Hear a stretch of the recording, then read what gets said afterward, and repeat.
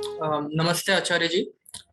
My name is Arihant Jha. I'm a third year mechanical engineering student at BITS Pilani. My question is regarding abortion. So there are basically two schools of thoughts regarding abortion. The first one is it's the woman's body, so she is the one who would decide.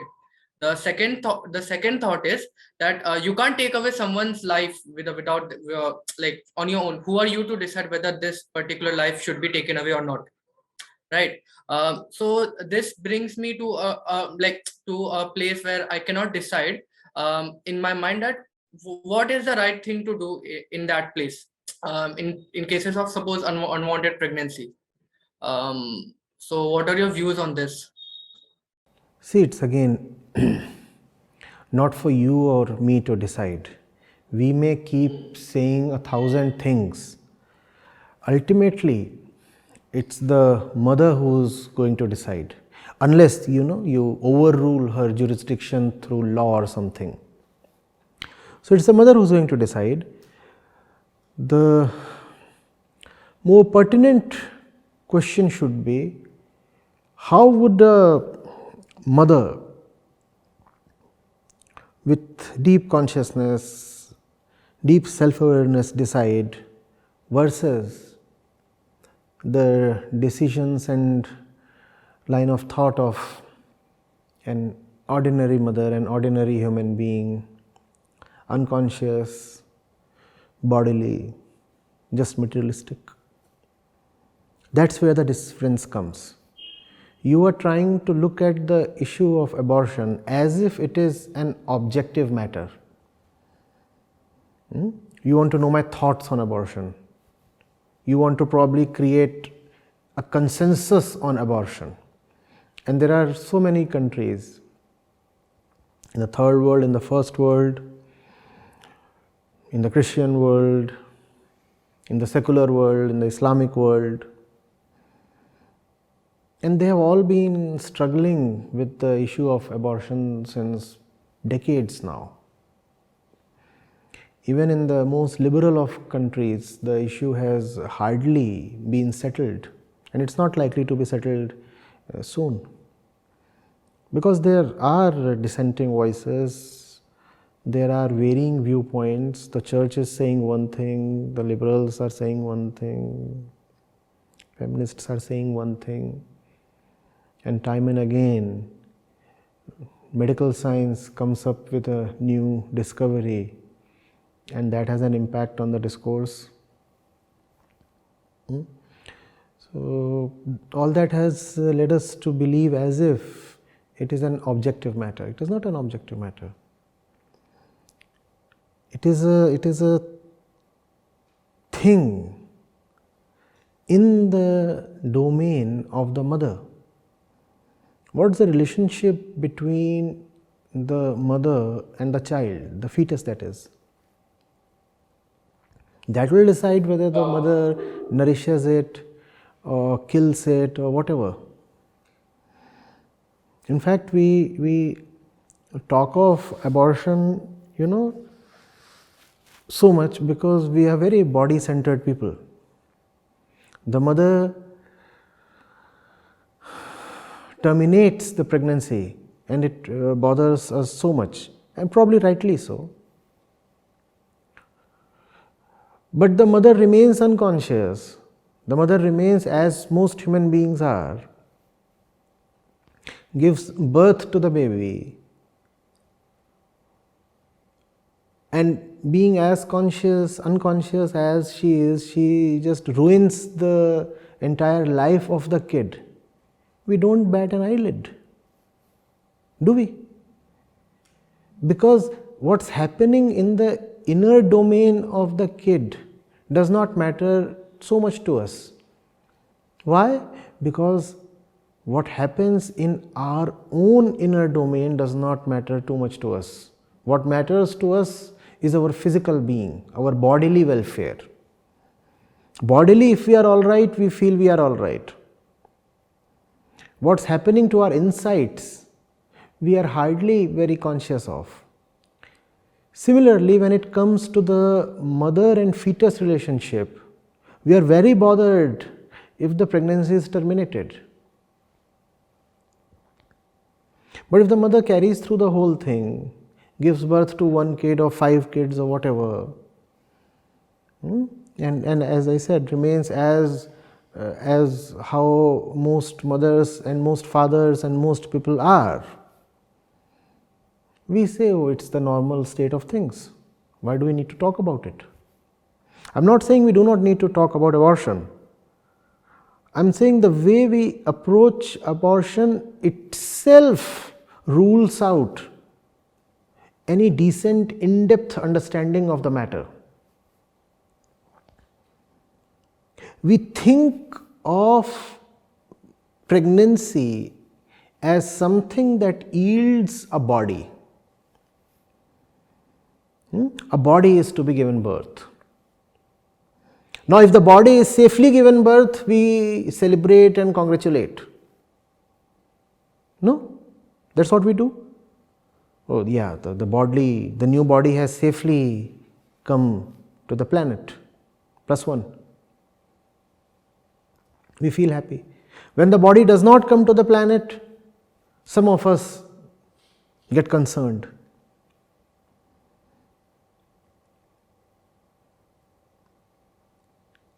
Who is the mother? Who is the child? What is really happening there? What do we mean when we say somebody is giving birth to someone? Now get into the mind of the mother. And when I say mother, I mean the human being. Get into her mind.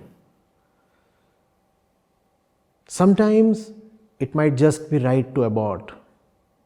Sometimes it might not be right to abort.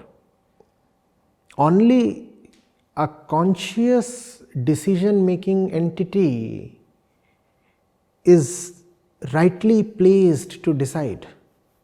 There can be no objective law. Your declarations and damnations are not going to work. You know, it might sound very strange, very cruel, but it might just be very right to not terminate a baby even if the baby is known to be medically unfit. This decision has to be made by the mother, and for the right reasons, for very conscious reasons. And in other circumstances, it might just be right to terminate even a normal healthy pregnancy. So the entire debate has to shift to the education of the mother. Forget the issue of abortion. It's not merely abortion that's the thing between the mother and the baby. The mother has to be with the baby for several years even after the pregnancy, right? Her relationship with the new being is much wider than those 9 months. Keep that thing aside. Abortion is just one of the things that happens or may happen between the mother and the kid. 1,000 things happen between the mother and the kid, and they are decided by the mind of the mother. So let's pay attention where it is due, to the mind of the mother. That's what needs education. And once you educate it, leave it free to decide. Do not make certain things mandatory, do not outlaw certain things. If a healthy, mature adult has been decently educated in the self, only that person then is in the right place to make certain decisions. Who is anybody else to talk of those things? Only that person knows what the circumstances are. And only that person has the light, the clarity to make the best decision. Are you getting it, please? We want to take sides. We want to be partisan. We want to be either on the side that says no, all life is divine and everybody deserves to take birth, or we want to be on the side that says no, women's rights are supreme, It's easy to take sides and it's lazy to take sides. What we require is a self-aware woman. And once she is self-aware, neither you nor I have any locus standi. Leave it to her. But before you leave it to her, ensure that your education system is robust, wise, efficient, really purposeful. The issue of abortion is not significant. What's much more significant is how we are educating our girls. Educate the girls well, and they'll know whether or not to abort. But we don't talk of the education of girls. We keep talking of 1,000 other things. Should girls wear long or short? Should single motherhood be encouraged? 1,000 issues related to women are in circulation. And there is so much debate, so much noise really.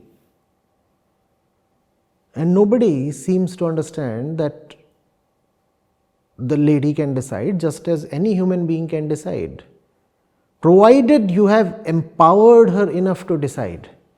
And the empowerment that I am talking of is spiritual. I am not talking of the empowerment that gives her the legal right to terminate the pregnancy. No, not that kind of empowerment.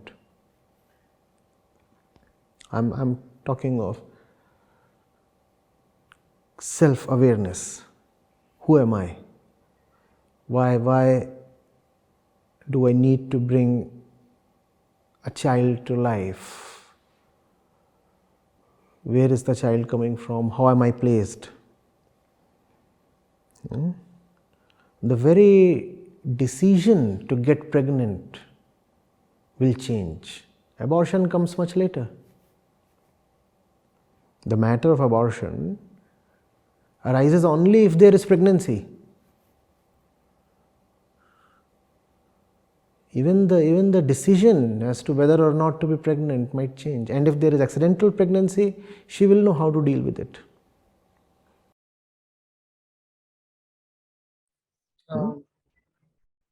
I have two things to say on this. First of all, I think that educating every single woman on the planet enough that she will be able to make decisions on this complicated topic. I think that is possible in an ideal world, not in a real world, because How do you know? How do you know? I think because sir, giving that level of consciousness to every single person. How do you know? How do you know? I don't know. If you don't know, then what kind of education are you coming from to think that this is merely utopian? Please understand, we all are coming from a certain level of spiritual education, and it is that level that decides our opinions on critical matters. So you right now are displaying a certain opinion on a certain critical matter. Now that opinion is coming from where you are coming from. Right? So lack of spiritual education is making you think that spiritual education is merely a utopia. Lack of spiritual education is making you think that spiritual education can't be for all. That's the thing. No, like basically, let's take an example. If we go on a mission to teach every woman to jump 3 meters high, suppose if we go on No, it's a bad example right in the beginning. We are not talking of jumping 3 meters high. If we go on a mission to teach every. Why will I go on such a mission? Am I uneducated? No, no, Am no. I uneducated enough to go on such a mission? No, no. I mean, you're saying that we will get everyone past this threshold Yes, of I am saying understanding. that depending on what I am seeing and where I am coming from. You see, if you keep insisting, taking your 3 meters and 5 meters analogy forward, if you keep insisting that your height is 1 meter, and I tell you, touch this point, that's just 1.5 meters high, you will say it is impractical, just as you said that educating all girls is impractical. So what is impractical depends on your own self-awareness. Do you even know yourself enough to decide what is practical and what is not? What you decide to practice becomes practical. And what you decide to practice depends on how much you know yourself. It's a decision, not a situation. Corrupting an entire population seems so easy to us, right? Corrupting an entire population never appears like a utopia.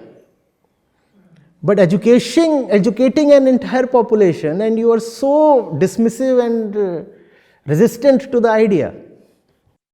No, I'm not resistant to the idea. Like, even if you said corrupting an entire population, I don't think you can corrupt 100% of the society. You may go about corrupting 95%, 96%. I don't think it is even practical to reach 100. Right. Like, So your question then, right. So your question then is about the 4% of women who cannot be educated? yeah. Then the question is worthless, you see. Leave those 4% aside. Abortion as a matter becomes big enough only when it concerns the entire 100%. If you're talking about the 4% outliers, then you have outliers in every field, then the question becomes irrelevant. No, no. The question I'm asking is on a micro level, that I'm trying to understand, does the mother have the philosophical right to decide what to do with the child? Depends on the mother. All rights are carried by certain individuals. Your first right is to be conscious, and once you are conscious, then you have all the rights to do as you please. And if you are not conscious, then irrespective of what the constitution bestows upon you, existentially you actually have no rights. That's the thing with laws and law books and constitutions. They give rights to everybody equally. They forbid everybody from doing certain things, irrespective of considering the internal level or the internal station of the individual. Not everything is out of bounds for everybody. It cannot be. Existentially, it just cannot be. But that's the problem with laws. They become universal, very general. And when it comes to touchy things like abortion, that's a big problem. Big problem. So focus on raising a conscious society. Do not dismiss this thing as just idealistic blabber. It is not. It is the only solution you can have. And once you have invested enough in rightly teaching your girls, do not interfere. It's their life and their body. They'll know. But you have all the rights, rather the responsibility, the great responsibility to raise your girl well. Once you have raised her well, leave her. Yes, I'm not advocating the other side. I'm just trying to understand myself. See, please understand, without consciousness, without developing her ability to decide rightly for herself, that's what I mean by consciousness, developing her ability to decide rightly for herself. All that you can have is external intervention in some form. External intervention in some form. Either a form that says it's all right, a form that says it's all right till certain months, a form that says it's all right in certain cases. Would you like such a thing to happen to your body or to your personal life? Just trying to understand. I don't know yet. Yes, yes, I'm with you when you're trying to understand. Even I'm trying to understand along with you. Huh? We are together in this. It's a very intimate thing. Would you like someone, anybody, to decide or dictate who you are going to sleep with? Definitely not. Definitely not. Now, do you see that the issue of pregnancy is very closely linked to this? Yes. So, how can we allow someone else to have a say in this? Can you have a law, statute, a constitution telling you should sleep with such a person, not marry such a person, definitely marry such a person? Would you like that? No, definitely not. And that's when it concerns a body outside of your body, right? Yes. There's the girl and she exists physically outside of your body. And even then you do not want the state to interfere. Mm. As a young man, you would be ferociously against such a situation. Somebody is coming and telling you, you definitely fall in love with this girl. Yeah, maybe I'll rebel too. You will rebel, you will livid, you'll slap that person. If I were you, that's what I would do. Mm. Now think of a situation, the two of us being men have to actually exercise some imagination. Now there is a body inside your body and somebody else is telling you what to do with it. Why should you tolerate? Mm. Why should you tolerate? The only thing that you can do is, I'm saying, internally empower the woman to make the right decision for herself. Do not try to bind her in laws or something. That won't work. That's stupid. Yeah, I understand that. So going forward with a thought experiment, suppose the woman gives birth to a child. Okay, and then later she realizes that she is neither mentally nor financially ready to raise this child. So how is killing that child in that position different from abortion? Depends on the mother, beta. Depends on the mother. Will she, like given on the current society, she does not have neither the legal nor the philosophical right to kill the child she has given birth to right now. See, philosophical right you can know only when you know philosophy. So keep that aside. As far as legal rights go, legal and other things can be changed. Yeah, definitely. Right? So all that can be changed. So don't say that she doesn't have legal rights. Legal rights can be granted to her. Huh. I'm not in favor of abortion, obviously. If first of all, if it was not proper, then it should not have come into being. But once it has come into being, I would definitely want it to take birth and be alive.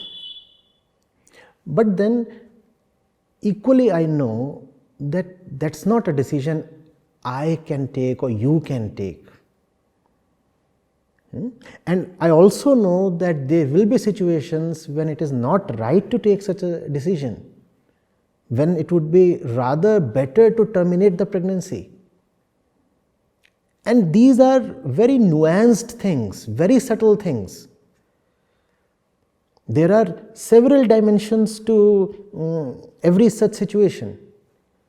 So let the woman be educated, let her be decently counseled, let her at least be educated enough to accept counseling. You said it is just too idealistic to think that all the girls can be raised internally to that level where they'll be able to decide rightly for themselves. Let's raise them at least to the point where they are open to receive sane counseling, where they are able to have the discretion, the right sense to know who's the right person to listen to. At least this much of education can be given, you would agree, right? So let's do that. And then trust the women. Yeah, I'm not saying that we decide. I'm just taking a, just doing a thought experiment. So how is killing a newborn different than abortion, or are they not different?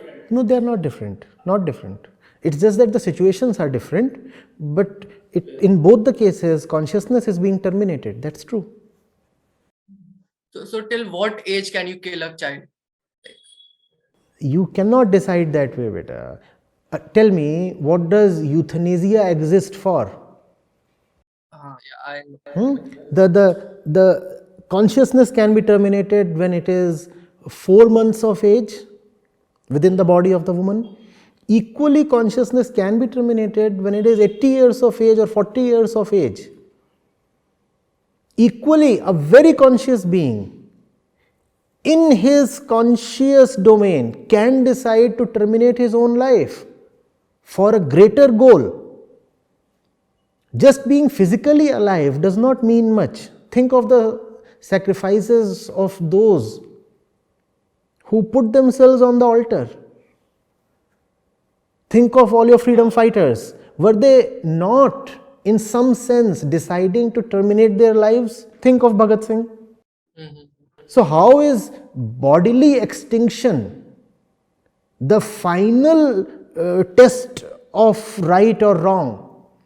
Sometimes bodily extinction can just be the right thing, rather the greatest thing to happen. No, my question was something different. My question was, like you said, before birth, if we agree that the child is inside the woman's body, so maybe she has the right. Then we agreed that even if she kills a newborn, it's like in a way the same thing. No, I didn't say killing the newborn is the same thing. I said consciousness is getting terminated in both the cases. In that sense, it is the same thing. I'm not saying abortion is the same as murder. So how are they what I'm trying to say is, if you abort someone in their about a child in the 4th month, suppose let's say 5th month, I don't know, like when the heart starts throbbing and all, how is that different than killing a child in the first week of his like practical life? In both the cases, a living being is coming to a physical end. They are the same thing. Now, what's the question? They are the same thing, yes. Now, what's the question? My question is, in the first case, you said that the mother has the right to decide. Does she has the right to decide in the second case as well? How does a soldier get the right to kill a terrorist or a criminal or an enemy? Is killing another person, even outside of your body, not within your feet or your womb, is it always a crime? No, it's not always a crime. So that's what, consciously you have to decide when to terminate even the other's life, just as consciously you decide when to terminate your own life. But like the example you gave for a soldier, that particular enemy is a threat to you, and therefore a threat to your offsprings, and therefore a threat to your tribe. I mean your culture, your nation. No, it's not that way. The soldier is not thinking so much. No, not as a person, but as the unit. The army decides to kill someone because is the army always right while deciding to kill someone? Is the army always right while deciding to kill someone? The army operates on orders. There was the German army. It was killing in droves. So why are you trying to justify killing when it happens through a soldier and the same? I'm trying to justify. Not trying to justify. I'm just See, what I'm trying to point at is, understand this. Even one person killing another person is neither necessarily right nor necessarily wrong. Even one person killing another person is neither necessarily right nor wrong. So, just as a mother, just as a soldier can be very right in killing another person, and a soldier can be horribly wrong in killing another person. Similarly, any person can be either right or wrong in killing any person. It could even be a mother-child relationship. Have you watched the movie Mother India? Mother India, In when I was child, I don't remember anything. Yes. So good that you have watched it at least. So, the climactic piece was a mother killing her son. And the son was actually rebelling against the injustice of the money lender and other exploitative people in the village. And yet that's what made the movie so great, and it became a classic. It still is. So a mother can kill the son or the daughter or the husband or anybody or herself. It's not the act per se that you can have a viewpoint on. The act does not matter, the consciousness behind it matters.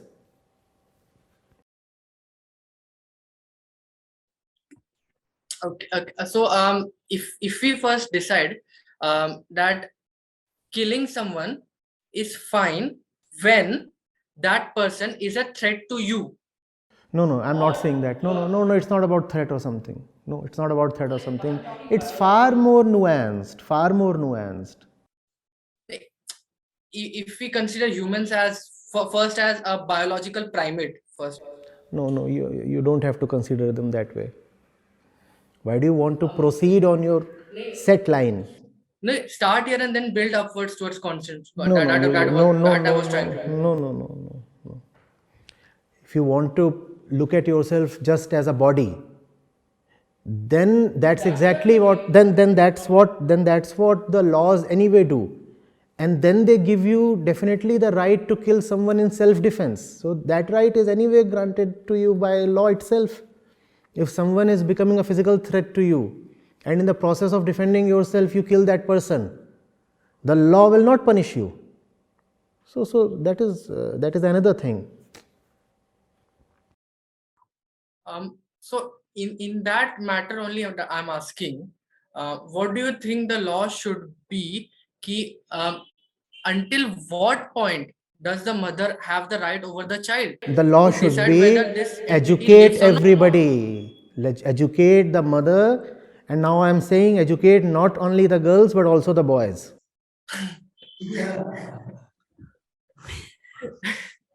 No, I'm saying, like, what happens if she kills a 20-year-old? She can kill a 20-year-old if the 20-year-old deserves to be killed. What's the problem? Does she have the right to kill a 20-year-old? Obviously.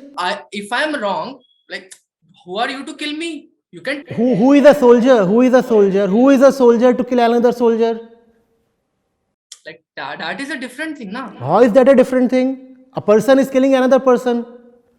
Yeah, but like if you look into the nuance of it. No, the nuanced approach is something on my side. So you have to look into it.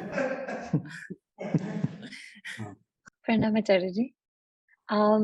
So this question was on abortion, and I was reminded of an incident, and I wanted to relate it to you, and then ask your thoughts on it.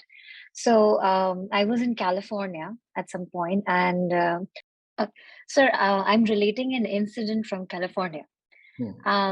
So when I was like at my workplace, there will always be a tussle at the dinner time, because everybody wanted to go to a restaurant which would serve very good non-veg vegetarian delicacies. And I was the only vegetarian, or rather a vegan person in the group.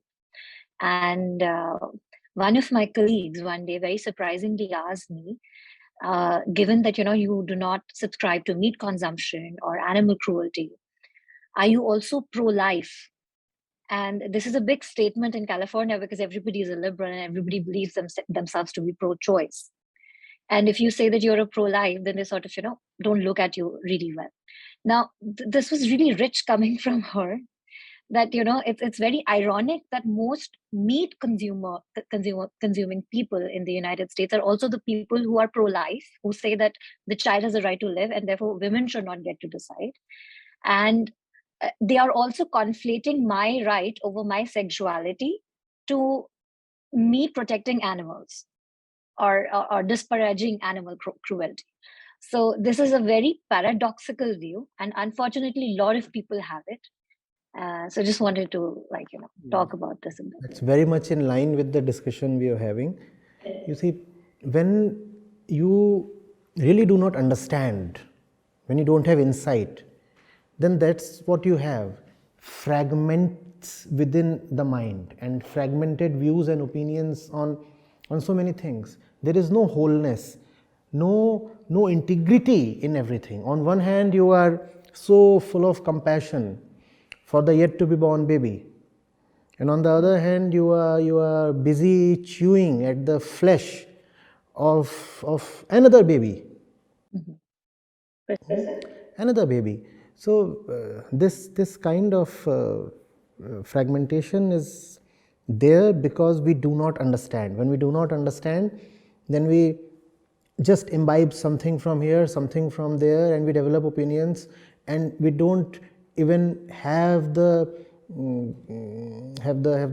wits to know that one opinion is just not consistent with the other one. Right? It's like me not having any interest or ability or sincerity in the field of mathematics. Right? So you come to me and you show me a right angle triangle, right?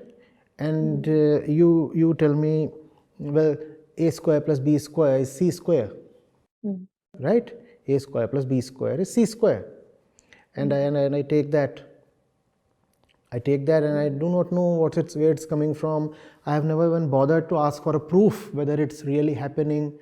And then someone else comes to me. And he says, b square is c square minus 2a square. And I take that as well.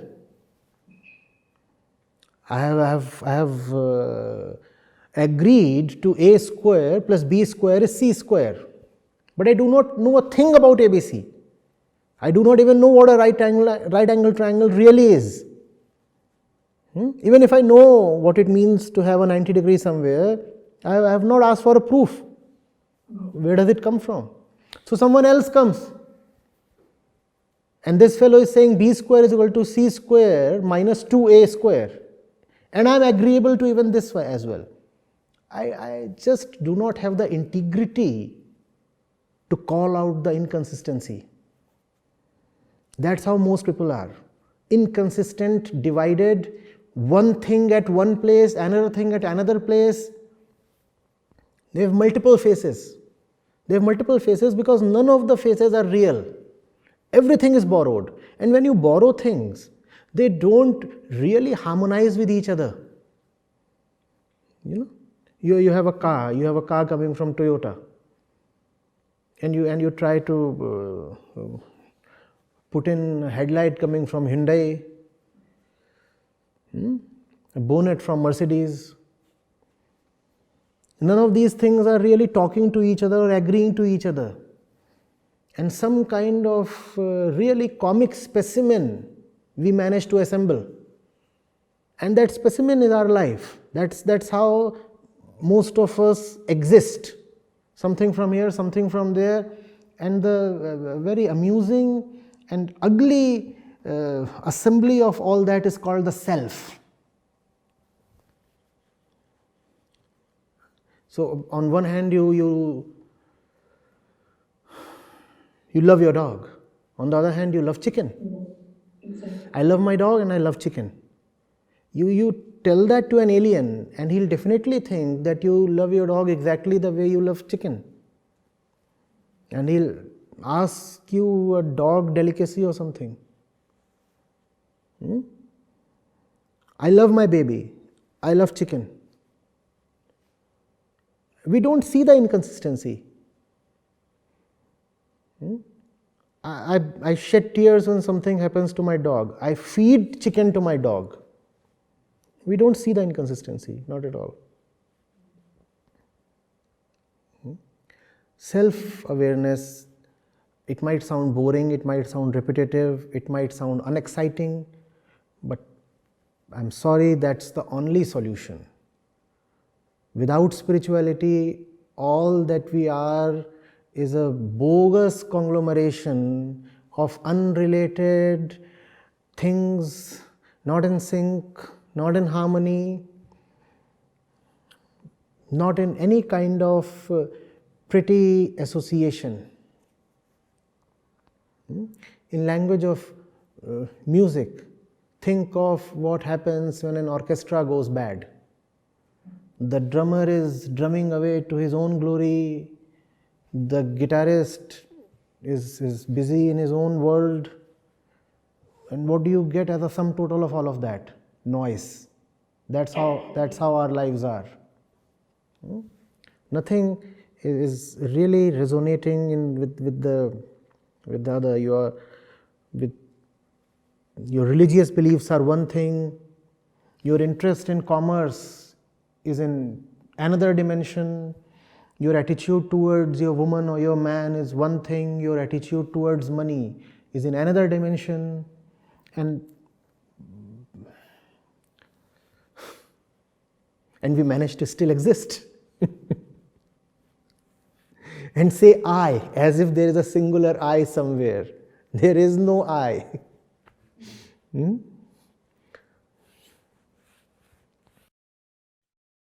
Absolutely right. It reminds me on the question of this very amusing dissonance. This particular teacher, no need to name, and he's distributing these exquisite fruits around the country. And of the many claims that are made related to the glory of the fruit, one is that it will bestow you with scientific temper.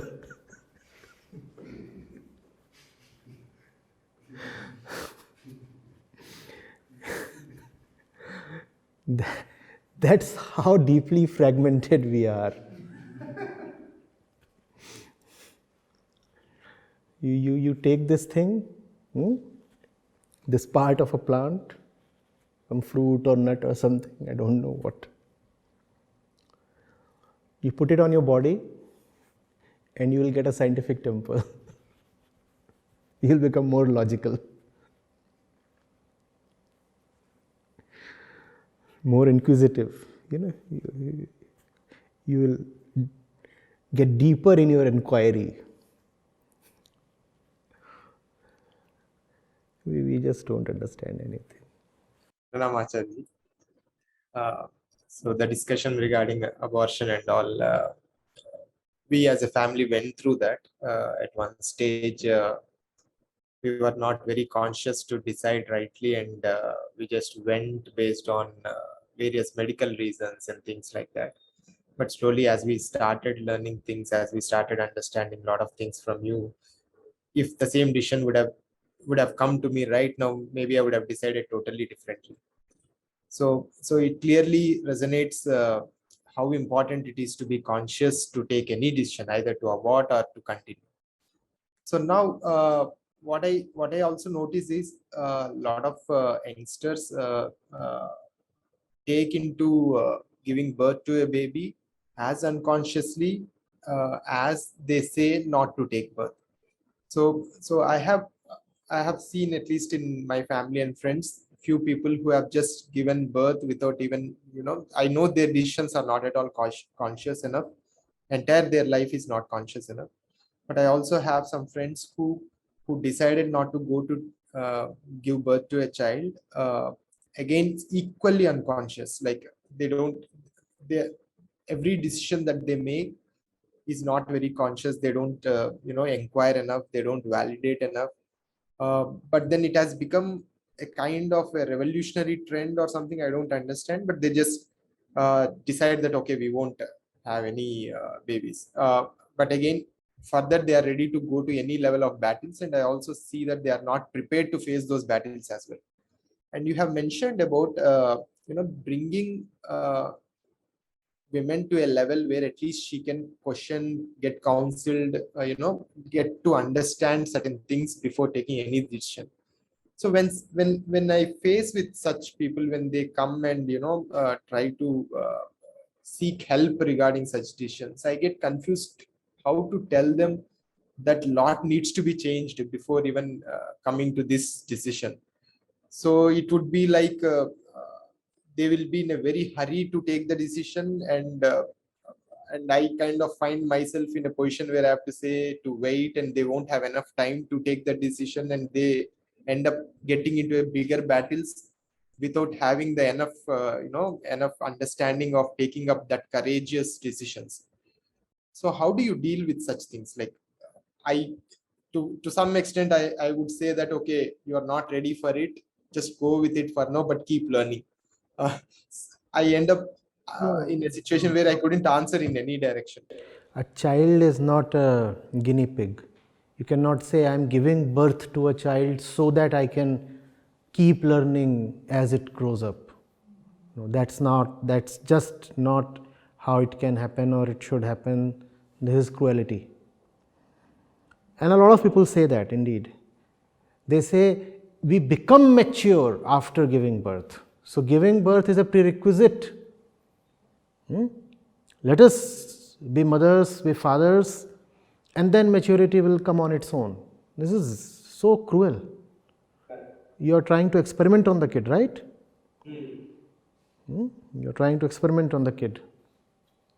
That's not how it can happen. No, even if you remain without having a baby your entire life, that's far, far better than giving birth being unprepared. And if at the age of 55 you find you are prepared to have a baby, but your body doesn't allow, go adopt one. What's the problem? What's so exclusive and heavenly about having a baby of your own DNA? Is that not violence? Are you not using somebody's body to further your own body? Think of this. When you say that I want a kid of my own, coming from my cells, coming from the mother's cells, are you not using somebody's body to further your own body? Is that not the worst use of somebody's existence? You are saying the kid should exist to carry my DNA forward. What the hell is this? It's like saying somebody has to exist so that he can keep carrying my luggage. How loving is that, please? So, I'm extremely unambiguous on this. When you are doubly, triply sure that you know what parenting means, and you find it now essential to have a kid of your own, only then must you give birth. Otherwise, not at all.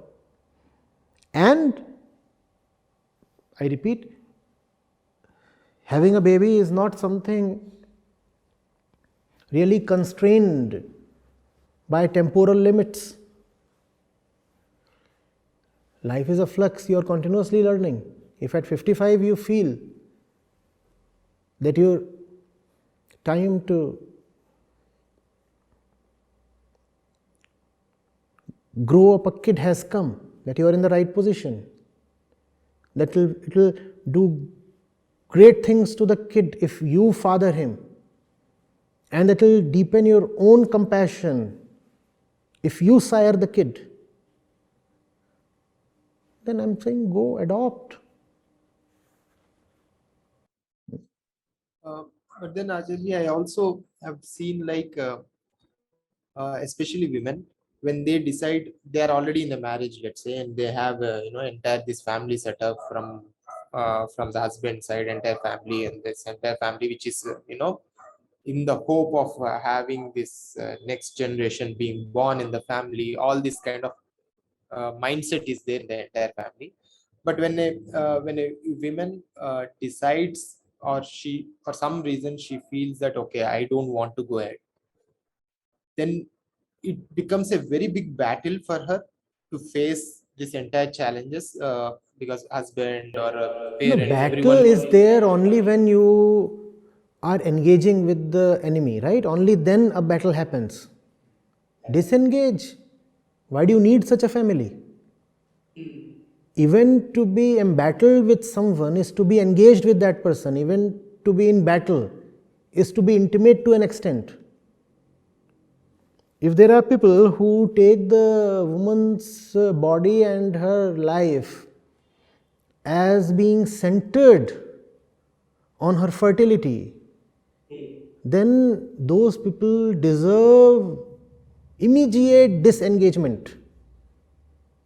They have no respect for the woman. Somebody who's constantly pestering you to get pregnant and such things, how can you even look at such a person's face? Just disengage. Yeah, but what I also notice is the women herself is not disengaging enough to get that. Abhinashi, there is nothing called the woman herself. The woman herself is a hodgepodge, a very unseemly medley of impressions. There is nothing called the woman herself. She is just a collection of imprints. So the moment she disengages, it will do her a lot of good. When you say the woman herself holds such opinions and these things, where are those opinions coming from? Those are not her own.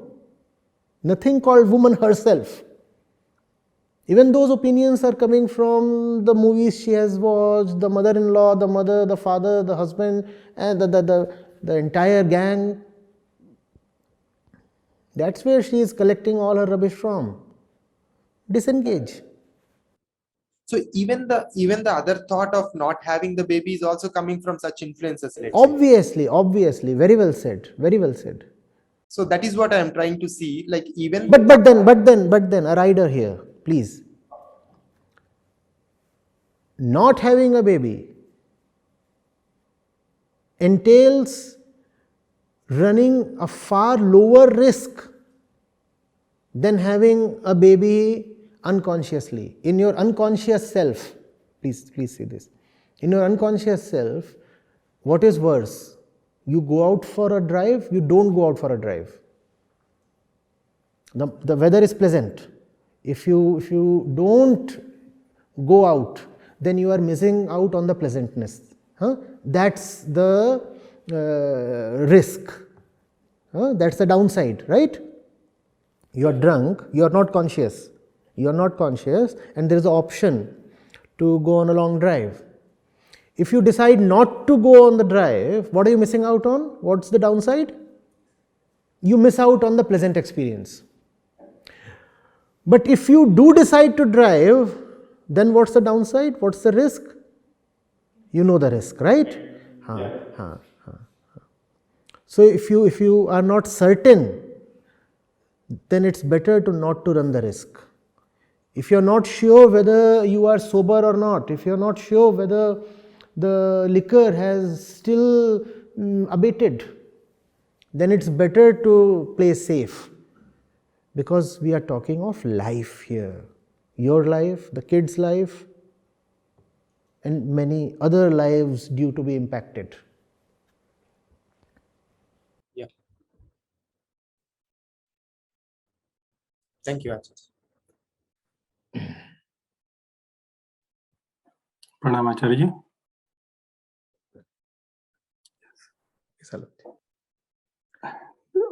And taking forward this discussion on abortion, I have a certain doubt on the question Arihant was asking. So, from the same on the same thought process,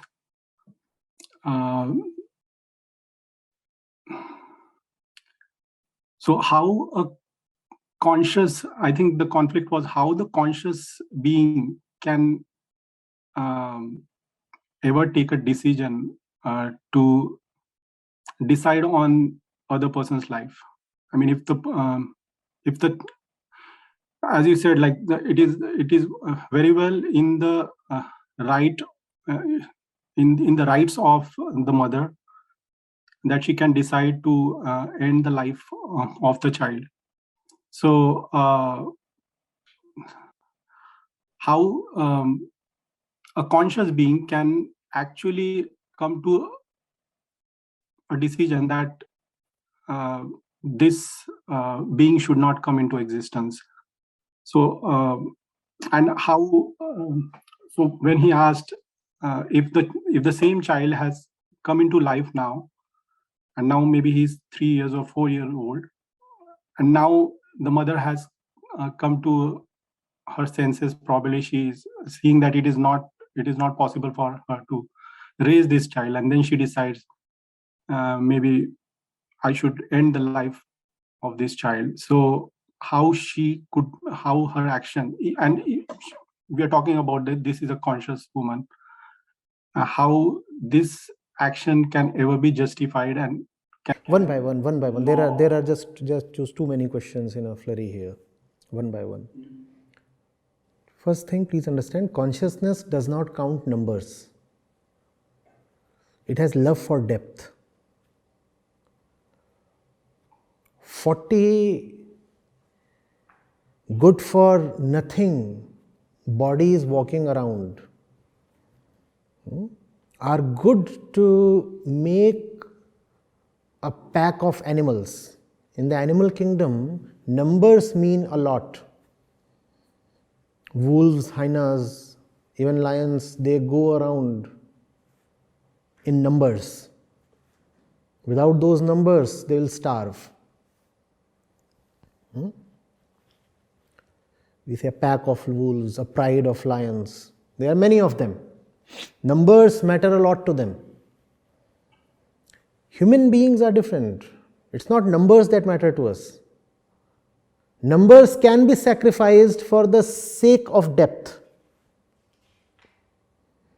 Please understand this. Numbers can be sacrificed for the sake of depth.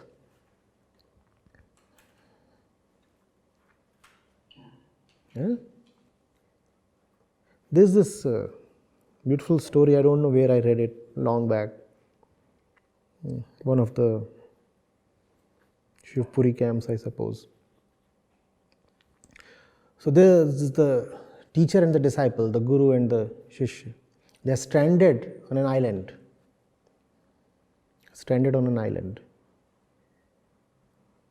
And there is just nothing to eat. And both of them are very compassionate people, both of them are extremely loving people. They have never hurt animals. Never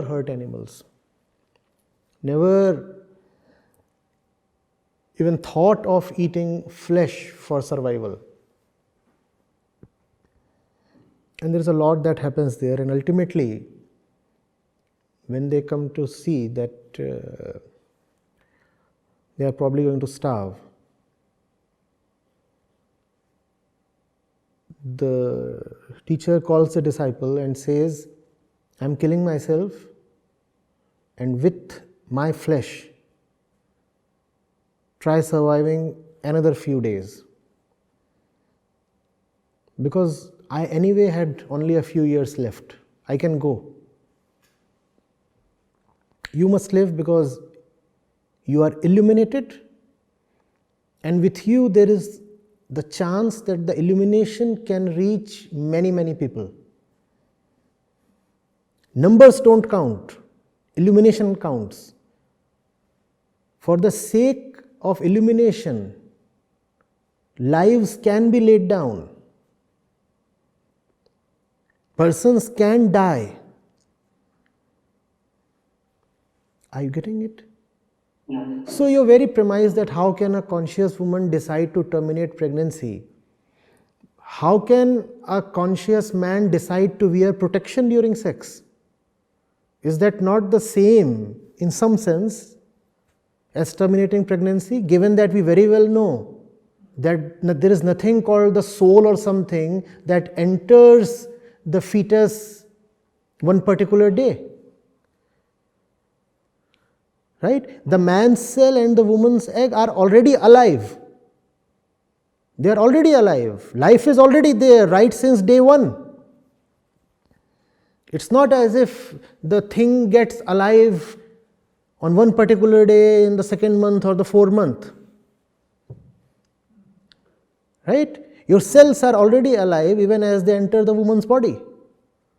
So when you are wearing protection, are you not then disallowing life from taking shape? But then this question doesn't arise. It doesn't arise why? Because we are body identified people. The sperm cell is hardly bodily. Even if it is, we are unable to look at it. So then we don't beat our chest saying murder, murder, murder.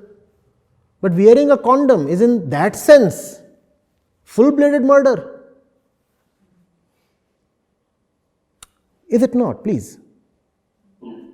Or even, forget about condom, or even the withdrawal technique that amounts to murder. Because life could have taken shape, you didn't allow it. In human beings, life does not mean numbers so much, it means the depth of consciousness. And for depth of consciousness, lives can be laid down. If killing per se is bad, what do you say of Ram and Krishna? Both killed. Killing per se is not bad at all, because we are human beings. One illuminated soul is far better than 1,000 dark caves, extremely resentful to any light.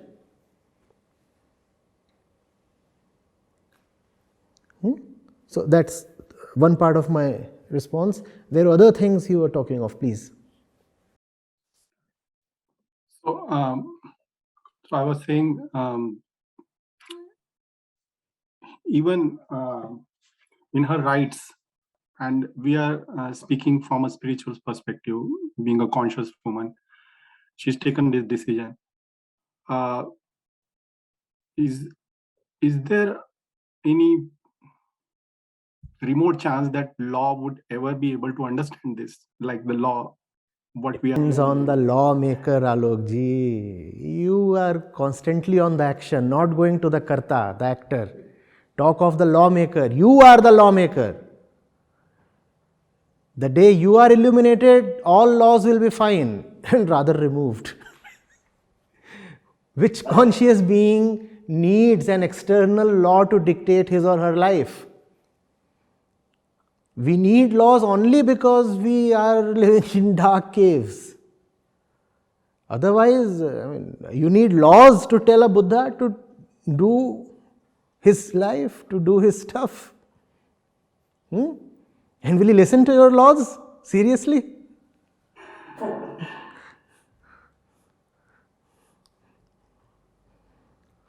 The lawmaker has to be right enough, bright enough. Minimal laws are needed. You can know the state of a society by measuring the thickness of its rule book. The thicker your rule book is, the thicker your constitution is, the more depraved and dark and unconscious that society is. Think of an arrangement between lovers, and what do? First of all, they sign a 44-page agreement. What is certain? There is no love.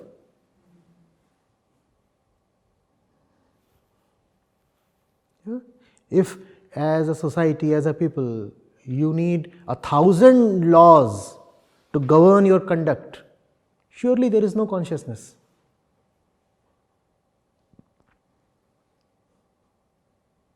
All you need is one law with a capital L.